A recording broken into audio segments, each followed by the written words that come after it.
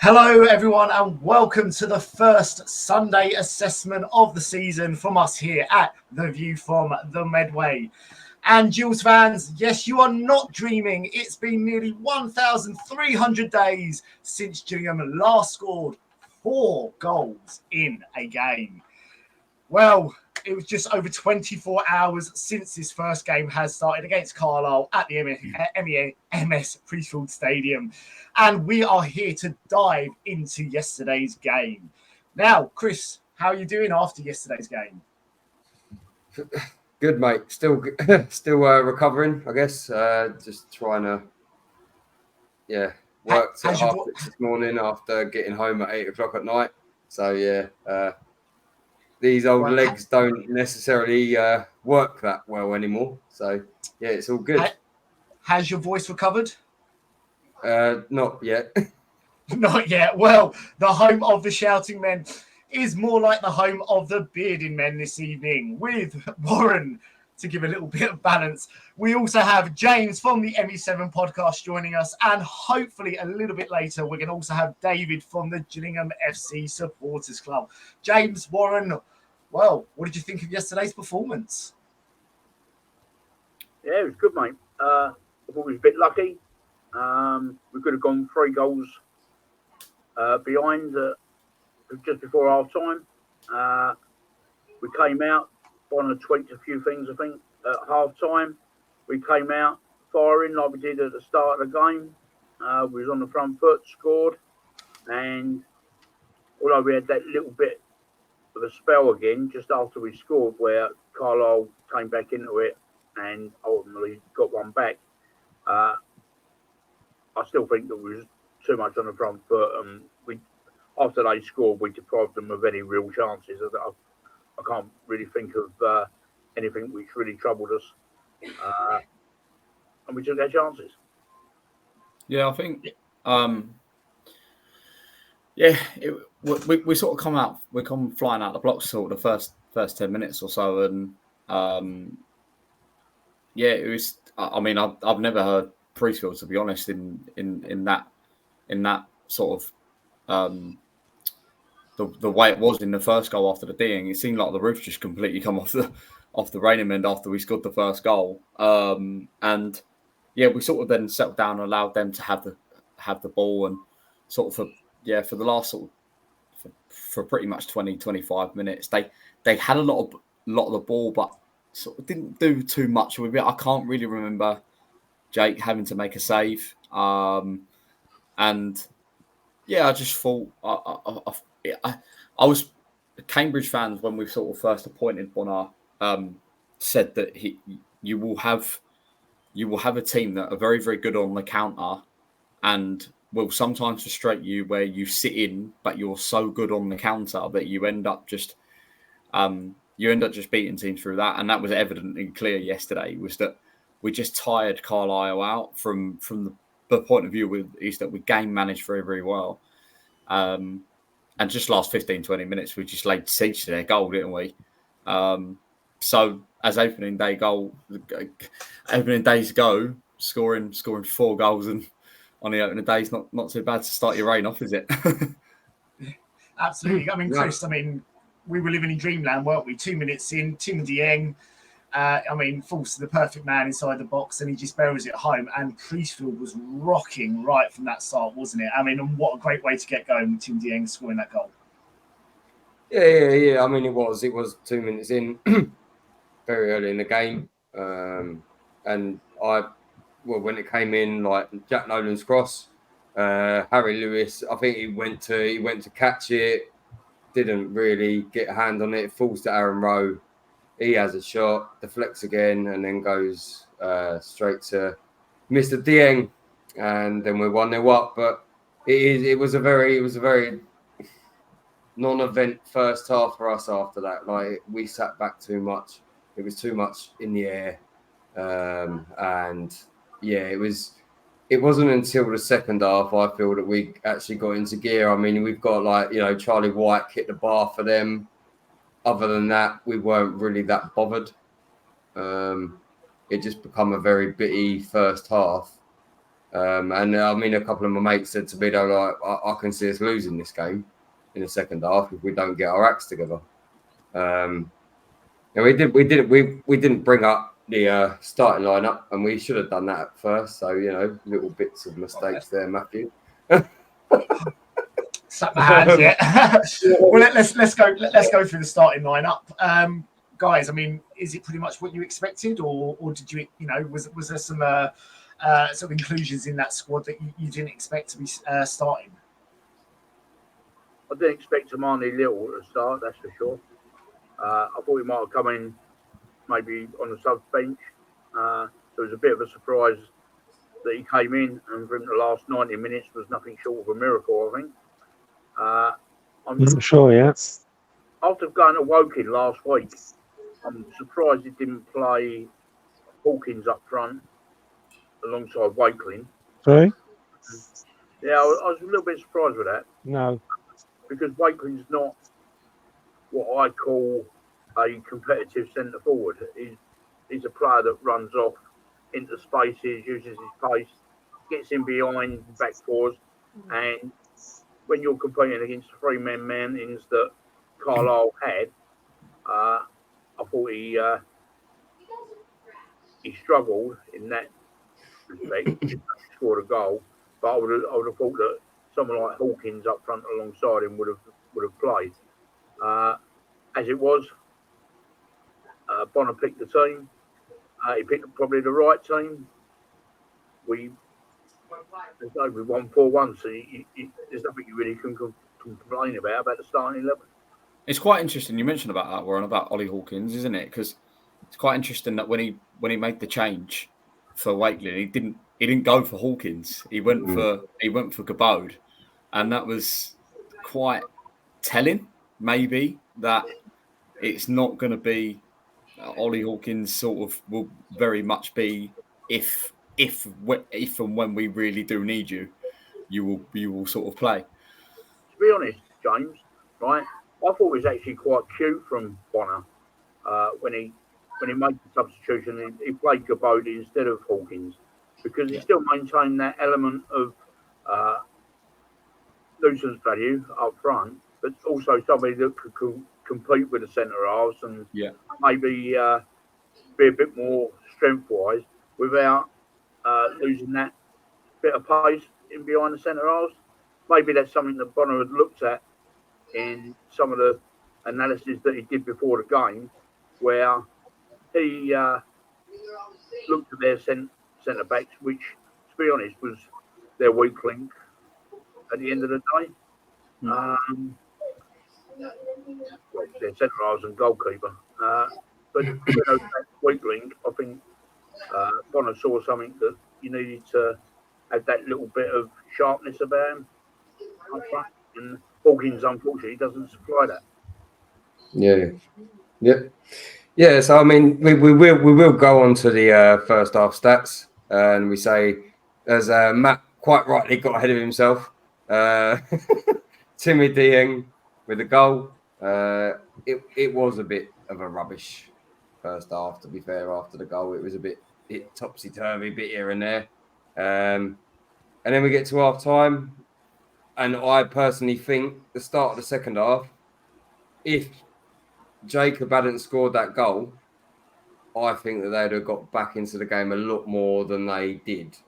Because it was on a nice edge. And I think as soon as his goal, it was a mistake by the defenders, but it was very Owen-esque, if you like, the way that goal came about. Like, it was just, he was there. He was wanting it. He was like little man just running in. And to be fair, I think Harry Lewis, he probably had a bit of a howler there because I think it just went straight under his arm, didn't it? Yeah, it did, yes. I mean, obviously, it was great work by Tim Dieng. I think actually ended up getting injured after that as well, didn't he? And it ended up having to come off pretty much straight away after that goal. But it was a great harassment from him. And then, obviously, Wakeling to get the ball. He still had a lot of work to do. It wasn't the easiest angle, but he still had to get it and guide it into that bottom corner. Look, I mean, Harry Lewis in the Cheltenham goal, I say in the Carlisle goal, so yeah, he did not have the best of games. He flapped at that first goal. I think he was at fault for the Williams goal. I think he could have done a lot better with that. The Nolan goal, there was no chance he was stopping that. That was hit like an absolute rocket. But, you know, look, ultimately, when you get these chances, you've got to take them. Gillingham did that yesterday. Carlisle didn't. Now, come on, let's not kid ourselves. We were by far, not the best team on the day. I would say, when we scored that first goal, we kind of sat off. Carlisle came at us, and I think we rode our luck a bit. Obviously, yeah, they hit the bar. They had a good couple of opportunities where the ball came into the back post. The header that had just gone wide. Max Amar air kicking something. I don't know what it was, but we rode our luck at times, but the key thing is we took our chances, they didn't. And if we continue to do that for the rest of the season, it's going to be a good season going forward. Yeah, no, definitely. James, what do you think, mate? Yeah, I think, to be honest, like there was some people saying around me at half time that they thought we were really poor, and yeah, I thought they were harsh, to be honest. Yeah.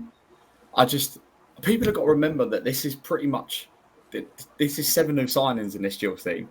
It's not going to be perfect on day one. Yeah. And I think some people's expectations think that just because Bonner sort of walked in with a CV, with a promotion under his belt, that we're going to be we're just going to be promoted like in August. And it doesn't really work like that. No. I don't think we were poor. I think people have got to remember that it was the best part of nearly 30 degrees yesterday. Like it's tough for those players. The first half, of course, there's things that are going to be disjointed. There's going to be things that there's going to be misplaced passes. There's going to be things that slightly go wrong. But we were winning at halftime. So what was sort of the problem? And not at any stage we went behind in the game. You see the stats that you guys have put up there. The 4 shots on target. Well, there's two that are straight at Jake. 2 of them. There's one that he has to catch pretty late. Mm-hmm.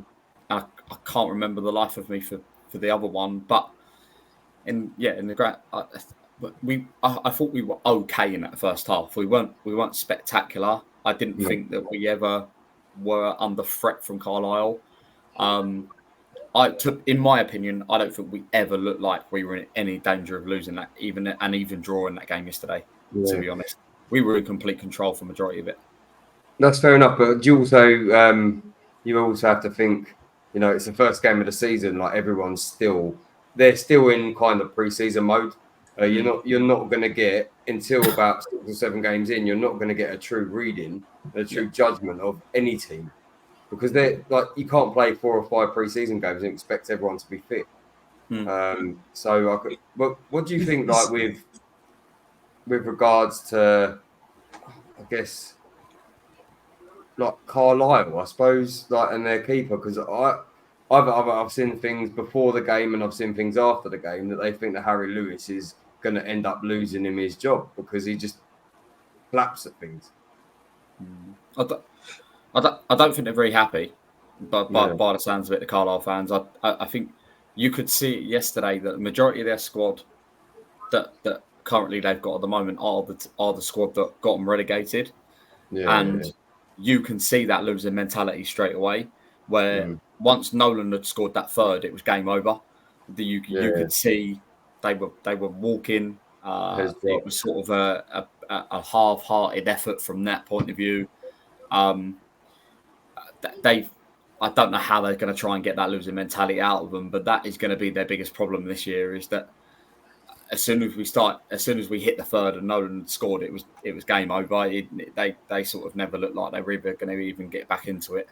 And I think that's probably their issue. They've probably not sorted out the roots of the problems from last season. And that's clearly evident from yesterday, is that they've got that real losing mentality in that side, I think. Yeah, no, I agree. It's a difficult one, isn't it? Because they come down and you think, oh, okay, well, they've been in League One last season. They're going to blitz League Two. But as you say, like that, sorry, this is why I didn't introduce tonight. So then you think, oh, they're going to come down, they're going to blitz the league. But if you say, if they've got that losing mentality and they've got that, they've signed a few good players, but they're not. if the whole thing isn't correct, like even in pre-season, I think that they lost most of their pre-season games, and they were calling for his head then. I So mean, we moved on. I was just saying, obviously, look what happened to Forest Green last year. You know, look a lot of teams that end up getting relegated, obviously, and coming down. You know, if they had bad starts of the season, that can really affect him. And look, Carlisle will want to obviously write this off, but look, from a Gillingham perspective, just such a great start to get 4 goals. I mean, as I said, it's 1,300 days. I think it's 1,290 days. I think it was, or something like that, since we'd last scored 4. And if we can just keep taking these chances, we're going to be in for a good season. But yeah, it doesn't look good from Carlisle perspective. Even is it Terrell Thomas? Sorry, when Jack Nolan scored that goal, you could just tell by his reaction. It was kind of like he went, "That's it, game over," And there was still good 15 minutes left of the game. I think from a Gillingham's perspective, though, all we've got to do is concentrate on ourselves. Let's keep going. Let's keep working. Let's find that unity as a team. Because at the moment, these players have only had 6 weeks of playing together. Just imagine what's going to happen in 6 months' time. Yeah, let's not get ahead of ourselves, I suppose. So we bring David into the conversation because David's now with us. Sorry about that. I got there in the end, and apologies to my throat. It's nothing to do with the football. I don't know what it is, but hope you can hear me okay. Yeah, no, really, right. So what do you think of the game, up until probably the 50th minute? Got 2 goals. Wakeling scored in the second half. Timmy Dieng scored in the first. Everybody talking. You're absolutely right. It was a non-event first half, really, wasn't it? And the second goal was a little bit out of the blue because it was a misplaced pass, and you've got to give Wakeling credit the way he stuck it away. And after that, I thought once we got that third, it was just all over, wasn't it? We could have got another 2 or 3 maybe. Nolan didn't do a lot, did he, until that moment, really? And he just sort of came alive and slipped past the guys if he wasn't there. And it was all over from that moment, really, wasn't it? Yeah. I mean, we get onto Jack Nolan a bit later on. We've got a viewing focus about him. I think that the game changed. Yeah, Johnny Williams came on for Dieng in the 51st minute. Dieng, I don't know if is it Jay. I don't know if James knows or Warren knows. Hamstring by the sounds of it. So Johnny came on then, and I think we looked a bit more fluid. I don't think we weren't spectacular again. We weren't spectacular, and for me, the substitutes that made the difference is when Jaden Clark came on for Aaron Rowe, and to be honest, Joe Bode came on for Jacob Wakeling, and it seemed to open up the channels a little bit, knowing that the defenders had to deal with someone that was a little bit more physically present than dealing with. And no disrespect to Jacob because he's a brilliant player, but Joe Bode comes on. All of a sudden, the channels become a little bit more free because everyone's tucking in a little bit to deal with a bigger man. He was a nuisance, really, wasn't he? I thought he was an absolute nuisance when he came on. Yeah. And he kept, to me, getting in the face of the centre backs, and they couldn't clear the ball away half the time because he was right on them all the time, and that made a difference. There was a lot more spare ball going, and I thought that made a fair difference, really. Sorry, Matt, you were saying. I was just going to say, I mean, correct me if I'm wrong, that was his second league start, but he did not look out of place at all. He really hassled those defenders. He really got up in their face, and you could see they were a bit sort of scared and not knowing what to do and what to expect for him. And look, this could be a really good season for Joe Bode going forward, and I'm excited that he's going to be in a blue and white Gillingham. I'll tell you what I liked about Gabodi, and it was for the third goal, Nolan's goal. Nolan's gone down a wing. He's beat his player, and Gabodi's probably within 10 yards of him. And then Gabodi's, as Jack's gone wide, Gabodi's just taken a little half step back, and he's pulled the defender who doesn't know whether to go to Nolan or pull off Mark Gabodi. In the end, it did nothing, but it created that extra yard of space for Nolan to be able to get back in on his left foot and then put his shot away. But nobody ever notices some of the hard work that players do or the movement that players do. But I think that just that little sidestep allowed Nolan a little opportunity there to come in on his left foot and then hammer it home. It's quite intelligent play, in my opinion.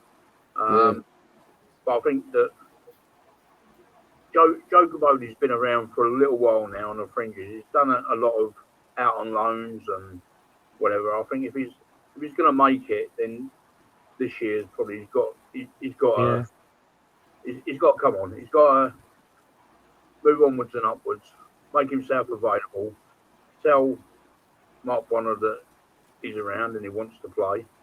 He did that yesterday, didn't he? Yeah, he did it. You know, he did really well when he came on. I thought it was quite a cute substitution, as I was saying earlier. I don't think it was on, David. I thought it was a cute substitution. It was a substitution nobody thought that would ever have been made. And then, as I say, when Clark came on for Rowe, which I thought was a good substitution as well, because Rowe was on a booking, and the way Rowe plays, he's niggly and he's at people's ankles all the time trying to win the ball. It was quite likely that if he'd have stayed on, he may have got a red card. But he hadn't really contributed for about 15 minutes before he was taken off. And we just got a bit stronger on that side defensively with Clark. He did quite a fair bit of chasing back. Yeah, James? Yeah. I think the substitutions were right.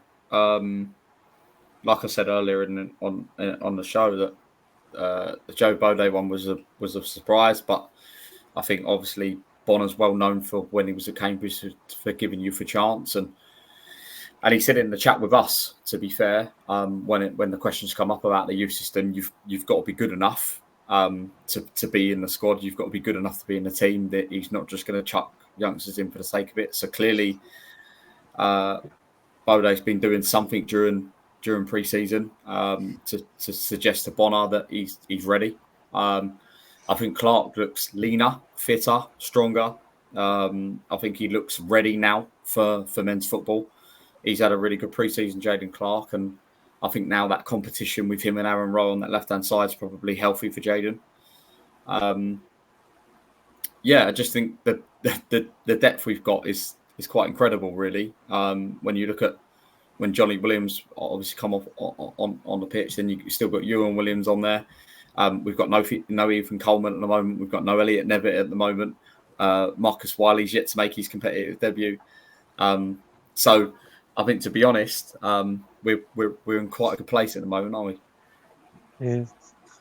Yeah, I think we are. I think you're right, James, and especially obviously with the Tuesday coming around quite quickly, we've got a chance to obviously rest some of those players now that have played at the weekend, get some of these players obviously that didn't get a chance to start into the team and get some more minutes in their legs. Because at the moment, at the start of the season, this is what we need. We need to get players getting minutes in their legs, get their confidence up. Look, I mean, yeah, I always joke and say we're going to beat Man United 7-0. I'm not expecting us to go to Swansea at the weekend, but let's go there. Let's get some minutes in the leg. Let's still get that team gel going. And I just feel it could only be a good season then going forward if we can get that unity together. I've got myself. I think you're right. I think Jaden Clark this season, this could be a really, really good season with him and for him and with Aaron Rowe obviously sort of being that competition. It's really going to sort of give Jaden Clark that sort of kick that he needs to push on. And who knows, he could be taking that starting position from Rowe. Well, you never know. I guess time will tell, won't it? Time will tell. So I guess we got to 90 plus 6 minutes. I don't know where the 6 minutes came from. Maybe the fact that the referee was a bit of a clown. But we will move on now. Game's over. We move on to all of ours man of the matches, and you can all tell me why. So we've got. Oh, okay. Well, we'll go with Matt and David first because you both got Jack Nolan. I didn't say Jack Nolan. I actually said Connor Masterson. Oh, well, I've got the message. It says Jack Nolan. All right then, Matt. Tell me why you went for Jack Nolan. Well, I mean, look, what a way to have your league debut in the blue and white of Gillingham. 90 minutes played, obviously a really, really good goal.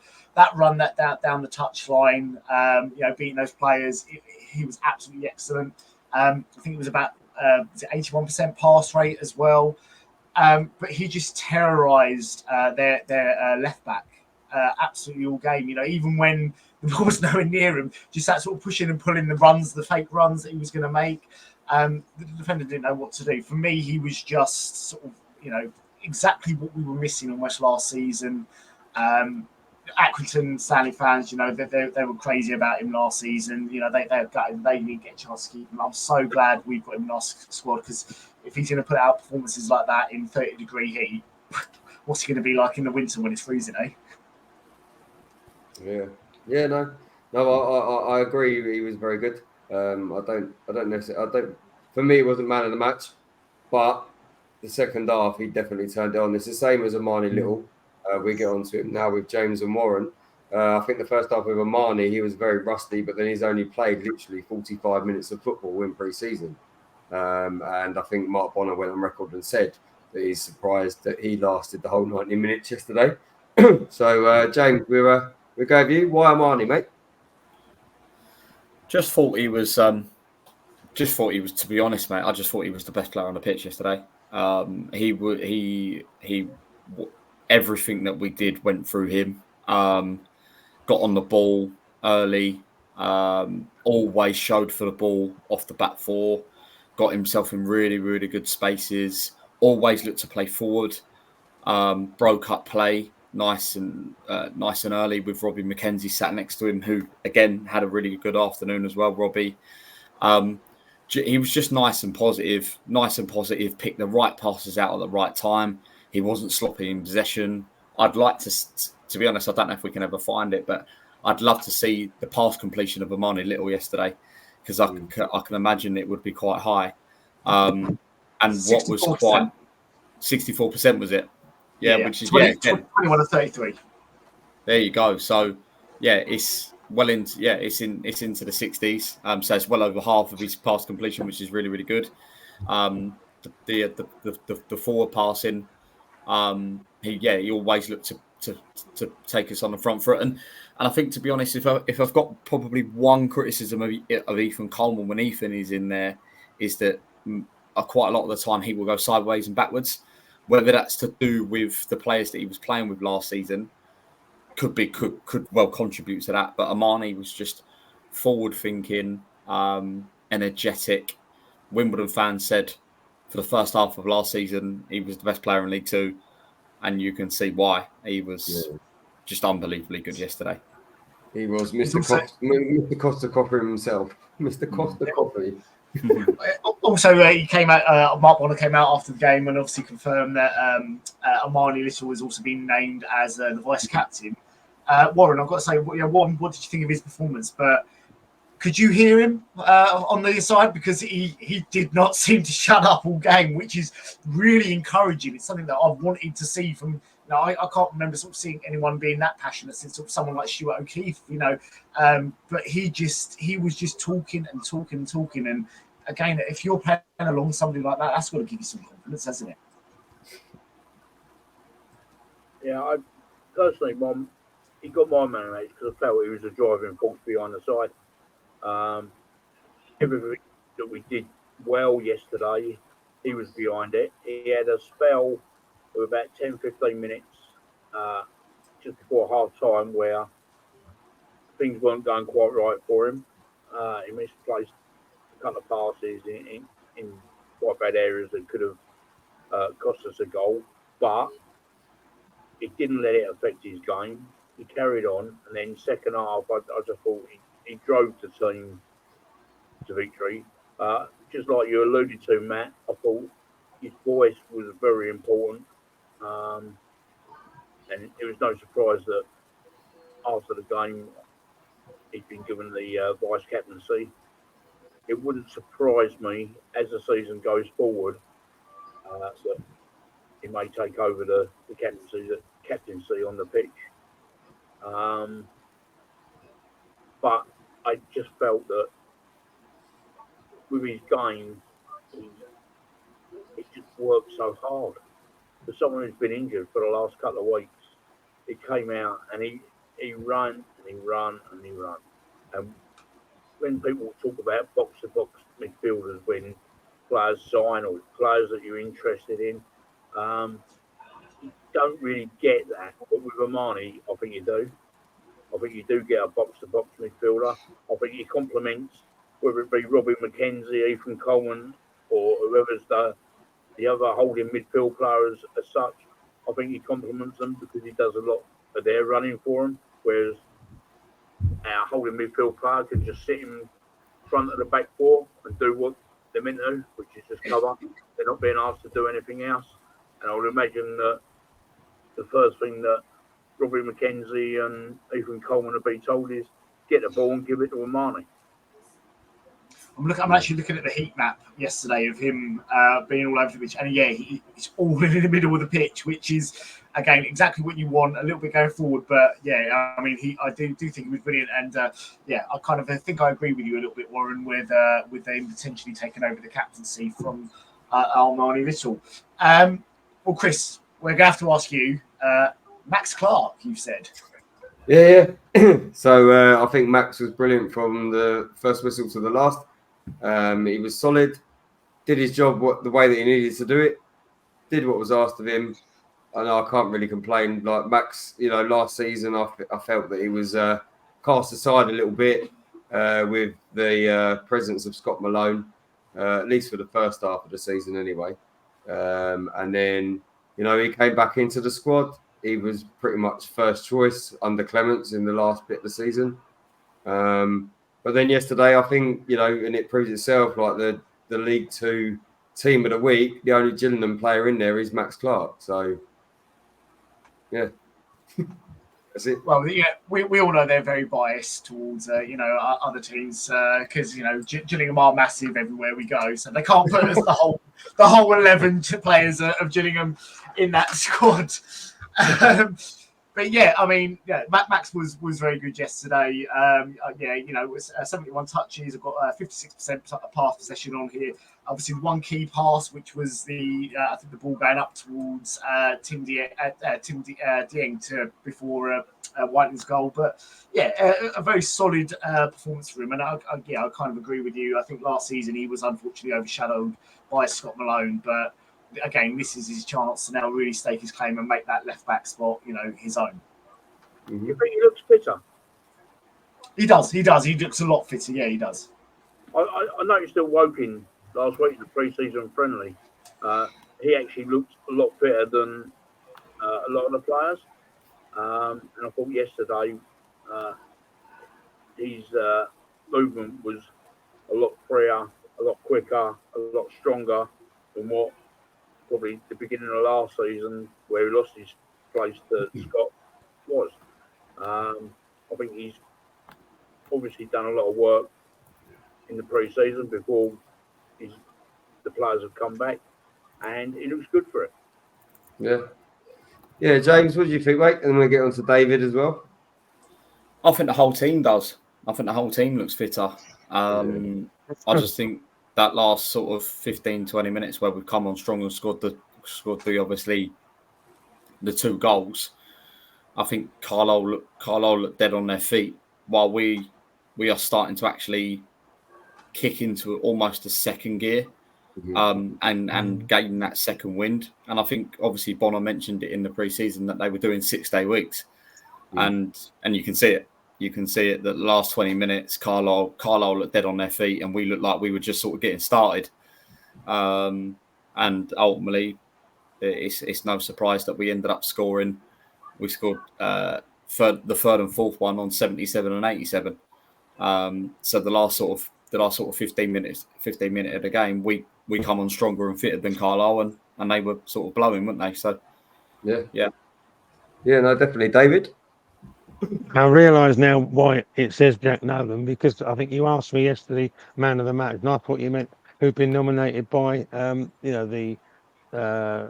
game itself. That's what it was. So, okay, yeah. So you went Conor Masterson, yeah? Yeah, I mean, I was close with you on Max. I thought Max had a very, very good game, to be fair.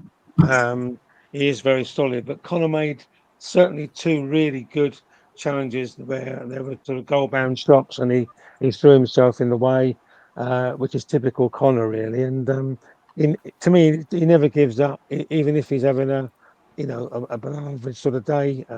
He just seems to get stuck in there, and he always leads by example alongside Max. And quite often, I think he covers for Max's lack of pace, where he can get behind them and get the ball away. So he just does a lot of the ugly stuff, and it doesn't look pretty, but he's there to basically defend that goal and stop shots coming in, and he did that at least a couple of occasions yesterday. So that's really why I just felt it was his game, for it, to be honest. Yeah. No, I I get was that. going to mention though that when you look at the subs that we were saying earlier, if that had been Harris or Clements, what would we have done when they scored the second goal? Would have gone defensive. Yesterday he did the opposite. Yeah. He put two forwards on, and right, okay, Yeah. we're going to score a third, which is Went for the refreshing. juggler.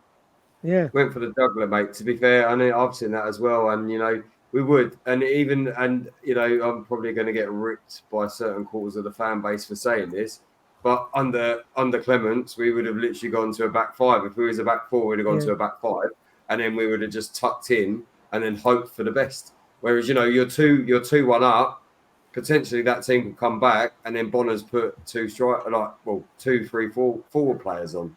And two young think kids as well, both refreshing, youngsters. So I think they had a lot of responsibility on their shoulders to come on and do a job, and they did it. So yeah, as James was saying, the future looks very bright, and when you've got young lads coming into the side and doing that and taking on that sort of responsibility and making a difference, it does really give a lot of encouragement for the whole season ahead, doesn't it? Yeah, definitely. Yeah, so we'll move on then, and we will move on to Jack Nolan. A little bit of the viewing focus on Jack Nolan. 90 minutes played, 1 goal scored, 6 crosses, 6 dribbles, 81 pass percentage, and 2 fouls. I think we've said all we can about him, considering like 2 of you one of you at least had Jack Nolan as your as your man of the match. But I think he was immense in the second half. First half he was a little bit missing. Second half he was definitely much better. So that's good there. So anyway, we're going to move on now, and this is David's piece, just to do a little bit of promotion about Gillingham Football Club Supporters Club, Gillingham FC's Supporters Club. So fire away, David. Yeah, I mean it's the good news, of course. I think you all know this very much by now that we were independent. We're now back in the fold and accepted because the days of Mr. Scully are long gone now, and it's really helping now that we've got a regular feed into the club, and in particular Brad and Shannon. So we're having regular meetings with them. 3 monthly is what we're trying to do, and what we're trying to help to do is to act as a bridge between supporters and the club. So if there are any issues that supporters want to raise, we will, become the mouthpiece, if you like, and try and put that forward. And it is starting to work really well. We've got other things going on, like the Gills Museum, which you may well have heard of by now. That's going to be in the old mega store, is the aim for that. The club's not putting any money down to help do it, but I think we're going to become the catalyst to actually organise this and get like a GoFundMe together to get some money into it, and to get maybe some tradesmen to come along and get the place out, so that there will be a focal point for the supporters club, for maybe the podcasters as well. There'll be sort of programs, there'll be memorabilia. Look for any trophies that the club have won. Won't be stuck in Mr. Scully's cupboard. They'll be on display, which they are there. We know that they're there, and it should give us a lot more of a bit more pride in what this club is doing all the way around. So it's going well. We always are keen to get more members in. Generally speaking, as I say, we've got a good connection. The club can be a bit hit or miss. We can't always get hold of Joe or Phil, but I'm sure you guys also find that sometimes, but it's working quite nicely. We've got the car parking, Barnshole School, and we've got Franklin Road as well, the Sikh Temple. We were going to have another car park this year, but that's on hold at the moment. So again, it's helping for both for home fans, but also for away supporters. They are welcome to come along to those car parks, and any money that we take in goes eventually towards the club. And one thing we have been working with is the changing rooms. It hasn't been formally announced yet, but you probably are aware that the changing rooms have been upgraded, and quite a lot of the money, the funding has come from both ourselves and from Club Class Travel. Especially doing like a promotional thing about it. So it's putting things back into the club really, and the membership isn't all that expensive, is it, Chris? No. So, yeah, as I say, so obviously for those of us not in the know, how much actually is it then for a year to be a private sports club? It's £8 a season, or you can do 3 seasons for just £15, which is not a lot really. Yeah, and we do a monthly draw, so that a supporter will win £50 cash prize and second prize of £25. So it's worth just getting in for that sort of idea. We do the monthly quizzes as well, Christmas draw, the usual sort of things that supporters clubs will do. And we're always, as I say, we're trying to sort of get other things together. So we welcome ideas from anybody really to sort of help, for us to get our fan base growing. It was really poor. You're talking about, I think it's about just under 150 members at one stage, and I joined it last year. We've gone up by about 250% now, and it's still growing. So we're going in the right way, and we want to also obviously try to make links with with the ME7 podcast, obviously with yourself, Chris, which is what we're doing now with Gills in the Blood, because at the end of the day, what are we doing? We're all supporting the same football club, and that's what it's all about. So it's community really. Well, yeah, guys, look, anyone here, anyone that's watching this, if you've got any kind of passion for Gillingham Football Club, look, I highly recommend get onto the Gillingham Supporters Club website, come and join us, and be part of the Supporters Club and support your club even more. Yeah, one thing I was going to quickly mention. After the game yesterday, I bumped into an old friend, Andy Bradley, who I'm sure you all know very well. And Andy is one of the co-authors of the new book, The Home of the Shouting Men 2. He happened to have a copy with him, which is just like a loose leaf copy. And I can say I had a quick glance through it, and it is absolutely incredible. So if anyone's thinking, should I, shouldn't I know it's a lot of money, but I was blown away by what I saw. It's huge. So it's going to be money well spent. Yeah, definitely. Money well spent. So well, seeing as we're on plugs, James, you might as well have a little bit of a go, mate. No. No. Go on. No, it's not. Warren, have you got anything that you'd like to promote? No, we're just doing.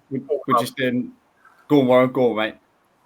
At the end of the day, I've ribbed James in the past about the podcast.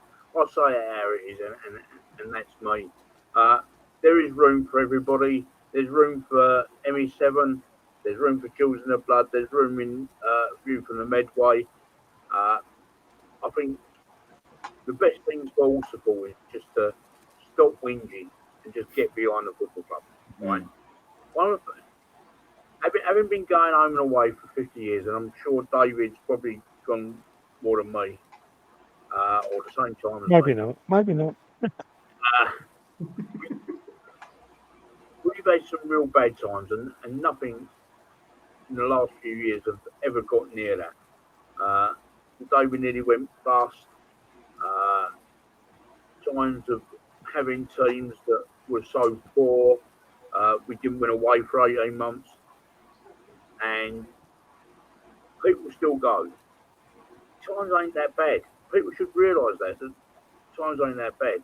And no football club has a God-given right for promotion every year. Okay, just enjoy your mates, enjoy the time that you have at the football club, right? Enjoy the game, enjoy travelling away, enjoy being with people. There's no need to get yourself away from podcasts because you don't like the way they look or the way they do. People do podcasts for their own reasons, right? Which is it's fun for them.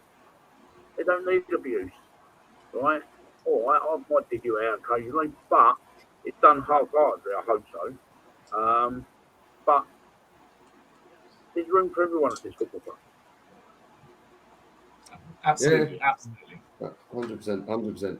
Yeah, and you know what, like, it's very nice. It's very nice because, you know, see, we only started this in April. We started the Facebook group first and everything else. But like James, Owen, Matt, you know, they've been really helpful, really supportive, and like James is on the channel now, so there is room for everyone. I think there are certain minority of the fan base that don't necessarily agree with what we do, or well, not me, but what James and, you know, like Matt do or whatever.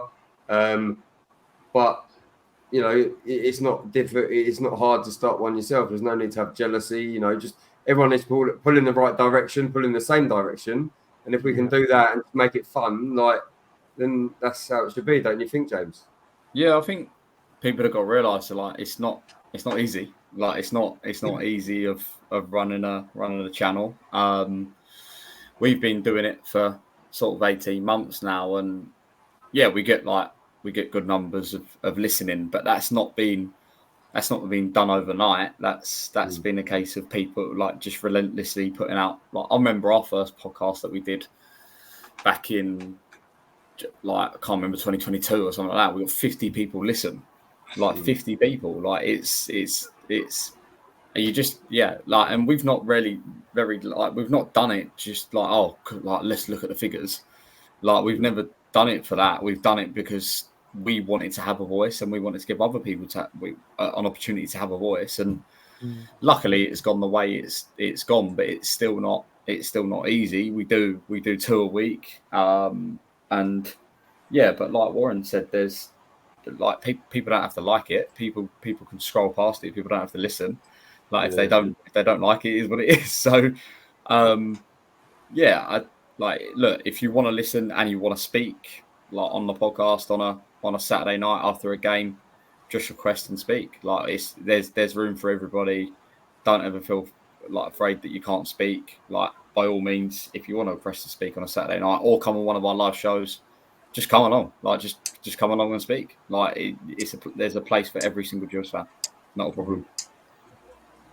It's a lot of hard work you guys do as well. It really is, you know. And that's really what I said before to our committee, that we need to try and forge links and to try and help to promote you, because, you know, you're doing it for the right reasons as far as we can see, and that's got to be applauded. So carry it on, please do. No, I appreciate that. And I want to put on record how great the club have been, to be honest, as well. They've been so welcoming since Brad and Shannon have come in. The communication levels have been excellent with us. We've got another agreement with the football club this year that we're allowed players and slash management on the podcast. So we're allowed four more management slash players onto the podcast this season to talk about their career. Obviously, yeah, we're a few last year, so we're gonna have the same again this season. So it's great if things like that. They've been welcoming with the supporters club. They're doing the same with the podcasts. Matt's got the same agreement at Gills in the Blood. It's great. It's perfect. Yeah, I mean, we're just starting out, mate. So yeah, but even still, we've got, you know, like, I can talk to Brad whenever I want to talk to Brad. I can now talk to Shannon whenever I want to talk to Shannon. I can talk to Joe. So there is that now that Joe's finally accepted us. Cheers, mate. He's finally followed us. But yeah, it is great the way that they're going. And like, when I went up to Shannon in the factory on Saturday, and I was like, "Oh, I'm Chris." She's like, "Oh, I know who you are." And I was just like, "Oh, what does that mean?" But yeah, no, it's all good. It's good. And you know what? Like, one of the reasons that I started doing this is because, you know, like, it is for the fans at the end of the day. It, you know, I watched a lot of ME7, I watched a lot of Gills in the Blood, and I was just like, do you know what? It'd be nice to do something. If we do a little bit, you know, it doesn't all have to be the same. We can do it a little bit different. Then it's just all for the greater cause, mate. At the end of the day, it's never to do with like, you know, we're trying to slag people off, we're trying to do this, we're trying to do that. It's just about fans. It's about fans and about bringing fans together. That's it. Mm-hmm. But yeah. Anyway, gentlemen, we all have one love here. We're all here for the same reason. Without one love, is that, Yeah. you know. So as long as we're all supporting each other, then, you know, we're all going to go far. Whether we're doing it to 5 people or 500 people, if you love Gillingham Football Club, you're going to want to watch and listen to everything you can relating to that, to Gillingham Football Club. So you know, we do it, you know, for love of our team, and we hope that people are listening because they love our team as well. Yeah. And if you don't love our team, then you're more than welcome still. To be fair, because, Yes, you know, you might be an away fan, or you might be an opposition fan that wants to get a little bit of a feel of what us as fans do. So yeah, it's just, you know, it's not all about Gills fans. It's anyone can tune in, anyone can listen, anyone can follow. So yeah, but all right, gentlemen, I think we're pretty much wrapped up for this evening for this week's first Sunday assessment. So Chris, is there anything else? One last little thing we're going to do. So, guys, guys, sorry, go on, Matt. Away you go. We are going to be running a little competition this year for you guys. So, after each game, after each Sunday assessment, we are going to give you a choice of 3 players to pick from to choose your Sunday assessment View from the Medway man of the match. And at the end of the year, if you have voted in any of them, you will get a chance to win a signed Gills shirt. Yes, we're going to do that especially for you guys. So that'll be after the end of each Sunday assessment. We're going to put a little poll on Facebook, one on X as well. Just click on there, decide who you want to vote for. At the end of the season, we're going to have a collective, the View from the Medway winner for one of the players, but then we're also going to pick one of you guys to win a signed Gills shirt. So keep your eyes out on X and Facebook. That will be coming along very soon. There we go. There we go, gentlemen. So, anyone else got anything they would like to add to that, or we're all good? I think right now, so I'm okay. All good. Well, just the right click, simple as that in the end. I'd just like to thank Matt for being our shiny new co-host. I'd like to thank Warren for his time as per usual, James for coming on, and David as well. So until next time, up the Gills. The Gills.